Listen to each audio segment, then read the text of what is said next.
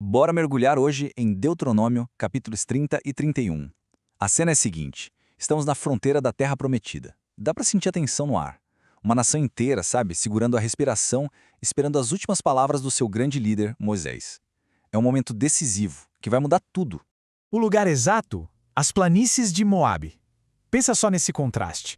De um lado, o deserto, que representa todo aquele passado difícil, de incredulidade. Do outro, o Rio Jordão, e logo ali, a promessa de um lar. O clima é pesado, solene. Não é só mais um discurso, entende? É o testamento de um líder. É o mapa espiritual que vai guiar o futuro daquela gente toda. E é aqui que a coisa fica bem pessoal. Moisés, o homem que falou com Deus face a face, ele admite que chegou ao fim da linha. Ele consegue ver a terra prometida, mas sabe que não vai pisar nela. Imagina só, é uma passagem de bastão, nossa, cheia de emoção, cheia de significado. Ok, então com essa despedida no ar, Moisés entrega o primeiro grande legado dele que a gente encontra lá em Deuteronômio 30. E olha, não se trata de tática de guerra ou como conquistar cidades, não. É sobre uma batalha muito mais profunda, a que acontece dentro do coração. E aqui a gente vê uma honestidade, assim, brutal nas Escrituras. É impressionante. O próprio Moisés e Deus, através dele, já antecipa que o povo vai falhar. Eles sabem que, mesmo com tudo de bom e do melhor, o povo vai se desviar e acabar no exílio. Então a questão não é se eles vão falhar. A parada é o que vai acontecer quando eles falharem.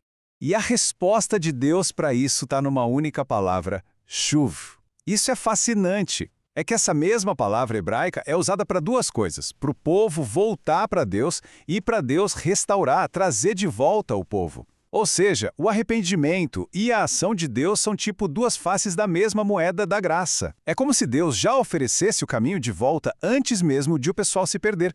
Então, a gente chega no ponto central. A solução final não é se esforçar mais, ou seguir mais regras, ou ter mais força de vontade. Nada disso. A solução é uma promessa de que Deus vai intervir. É quase como uma cirurgia espiritual. Deus promete que Ele mesmo vai transformar o coração, de dentro para fora, para que o povo consiga amá-lo de verdade. E isso, nossa, isso sim é vida. O interessante aqui é pensar no contraste com as outras religiões daquela época, sabe? Para encontrar os deuses era preciso fazer uma jornada heróica, decifrar enigmas, uma coisa super complicada. Mas Moisés deixa claro, a vontade do Deus de Israel não é nada disso. Não é um segredo guardado a 7 chaves. Pelo contrário, ela está muito perto. É isso que é tão radicalmente diferente. A palavra de Deus está ali, na ponta da língua, no coração. Obedecer, então, não é um peso impossível de carregar. É uma resposta natural, possível, a um Deus que se fez próximo, que se fez entender. E tudo isso leva a esse clímax, a esse apelo épico. Moisés chama os céus e a terra, o universo inteiro, como testemunhas de uma decisão que define a existência. A aliança com Deus não é uma ideia abstrata, uma teoria. É uma escolha real, diária, é um chamado urgente. Escolham a vida. Beleza, mas uma promessa para o coração precisa de um plano prático para a jornada, certo? É aí que entra Deuteronômio 31. A questão agora é bem concreta. Como é que essa nação vai seguir em frente sem a presença física de Moisés? A instrução para o novo líder Josué é Shazak. Seja forte e corajoso. Mas olha, isso não tem nada a ver com conselho de autoajuda. A ideia no hebraico é de se agarrar com força a alguma coisa. A coragem não vem de dentro do Josué, entende? Ela vem da promessa que o sustenta por fora. E essa comparação deixa bem claro o ponto principal dessa transição toda. Líderes humanos, por melhores que sejam, até mesmo um gigante como Moisés, são passageiros. A verdadeira estabilidade do povo não está em quem está no comando aqui na terra, mas sim na presença constante do líder divino. E essa promessa que serve de base para toda a coragem necessária. Deus não está só acompanhando de trás, Ele vai na frente. Ele não está só presente por um tempo. Ele promete nunca abandonar. É essa certeza, essa escolta divina que dá força para Josué e para o povo darem o próximo passo. E para garantir que essa promessa não se perca no tempo, Moisés cria mecanismos bem concretos. Ele não deixa só um discurso bonito, ele deixa uma estrutura. A liderança é passada para frente, a lei é entregue por escrito e ele estabelece um ritual de leitura pública para todo mundo ouvir. E essa leitura, olha só, era para todo mundo. Homens, mulheres, crianças, estrangeiros, sem exceção. Isso, para a época, era algo revolucionário. A fé não era para uma elite, um grupinho fechado. Era para ser ouvida, aprendida e vivida pela comunidade inteira. É assim que se garante que a aliança passe de geração em geração.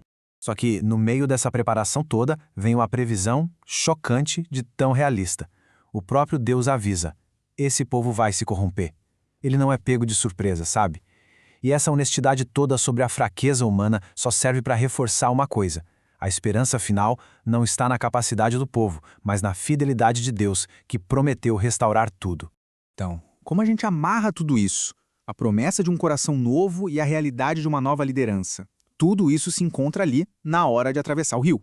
Tem um padrão teológico muito forte acontecendo aqui. Pensa comigo, Moisés, que representa a lei, ele leva o povo até a fronteira da promessa, mas ele não consegue conduzir o povo para dentro. Para isso, é preciso um novo líder, Josué, e o nome dele em hebraico é Yehoshua, que é exatamente o mesmo nome de Jesus. E o nome significa O Senhor Salva. É ele quem finalmente leva o povo para o descanso. E essa talvez seja a grande lição de Deuteronômio 30 e 31. A fé verdadeira não se apoia em líderes carismáticos ou em grandes eventos, que vêm e vão. Ela se firma em duas coisas que permanecem para sempre: a presença fiel de Deus, que sempre vai à frente, e a sua palavra, que continua viva e nos guiando. E no fim, aquela pergunta de Moisés feita há milhares de anos lá nas planícies de Moabe continua ecoando até hoje.